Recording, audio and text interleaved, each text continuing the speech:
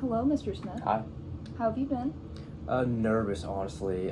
Paige should be here Thursday next week, and my mind is just racing with potential problems. I'm sorry to hear that, Mr. Smith. What seems to be concerning you regarding her arrival? Well, for starters, I fear disciplining her, especially early on, such as the first day. My parents used corporal punishment with me while I was growing up, but I don't want to do the same thing with her at all. I'm scared that I will rather be too soft or too harsh with her. Okay, I must say I do not recommend corporal punishment, especially for adoptees who've experienced neglect and abuse.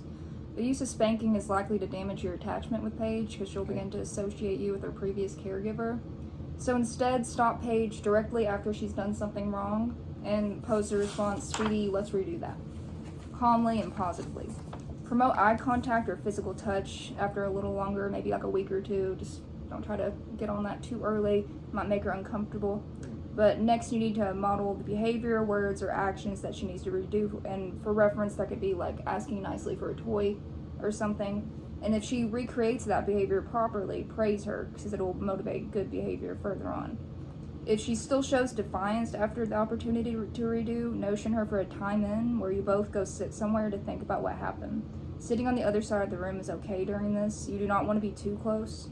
After the time in, allow Paige to explain her emotions, feelings, and regrets about her previous behavior.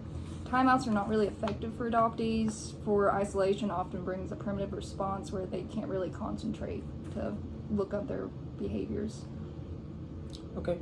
That sounds effective and not too assertive. I'm glad you told me about timeouts because I planned on using that strategy anyways. Paige did have a past of neglect, so maybe isolation is not the best idea. I'm glad you find this technique useful. I view it as a positive opportunity to teach appropriate behavior and give a second chance. Since Paige has a history of neglect, isolation may lead her to a fight or flight state where she will be emotionally distraught or emotionally withdrawn, fearing abandonment, and will not be able to focus on her behavior. So it's important to talk in a positive tone and avoid firm ones unless they are proportionate to the issue occurring. According to research, positive parent and child interactions impact psychological adjustment beneficially. So, do you have any other questions? Well, I do actually. How can I ensure Paige understands the adoption and the differentiation between her adoptive and biological family? She's only 4, so I'm worried that the transition may confuse her or scare her. I recommend creating a life book for Paige that records her story from birth to current times with dates and captions of important events and people. This will help fill in missing gaps that she may not remember, and I would keep the story concise and include pictures where you can. This can be the story that she tells her peers and teachers when they ask her about her adoption, and this can also help prevent an identity crisis down the road. That's a fantastic idea. I believe I have some pictures of her mother that were emailed to me. Should I include important documents such as her birth certificate in her life book? Most adoptive parents create a child version life book with more short, direct, and basic pieces of information, and an adult version of the life book with documents such as birth certificates and documents on the birth family. Okay, I'll definitely make sure I do that. Do you have any more questions or concerns? I know a transition could be a stressful time for parents, so. Yeah. So what should I do if she has trouble going to bed at night? Well, since Paige is 4, I would recommend creating a bedtime ritual to help wind her down every night. You could read bedtime stories, sing, or soothe her to help comfort and promote sleep. If Paige wants to sleep in your room, allow her because it might just help build trust and attachment. Okay, that sounds fun and very doable. I'll take any opportunity to build an attachment with her, but I was also wondering how to handle mealtime struggles, such as if she refuses to finish her plate. Food is often the first battle. Upon transition, I would not force completion of Paige's plates, for it may spark resentment or lead to a meltdown.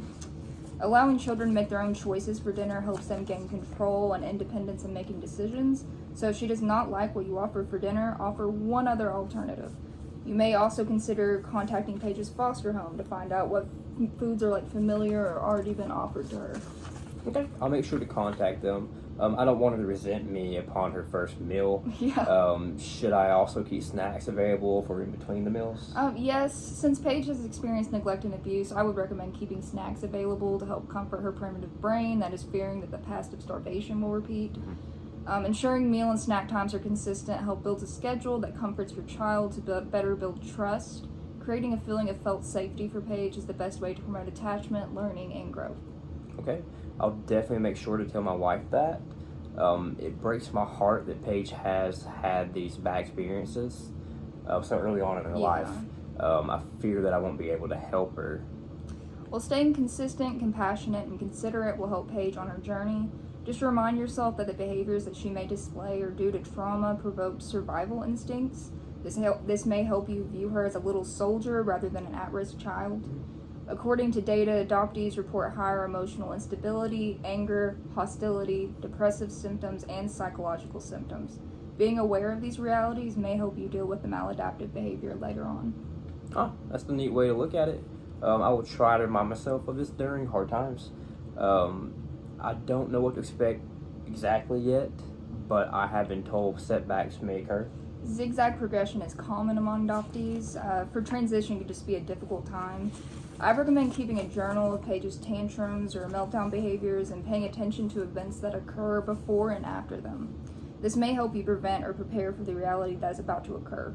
So staying patient, calm, loving, and just remember that healing may take time, but it's always possible. Do you have any other questions? No, I think that covers everything. Thank you for your advice. I'm extremely excited and a lot less nervous now for Paige's arrival. You're welcome. I wish you both the best. Just contact me if you need any help or if you have any questions. Okay, will do.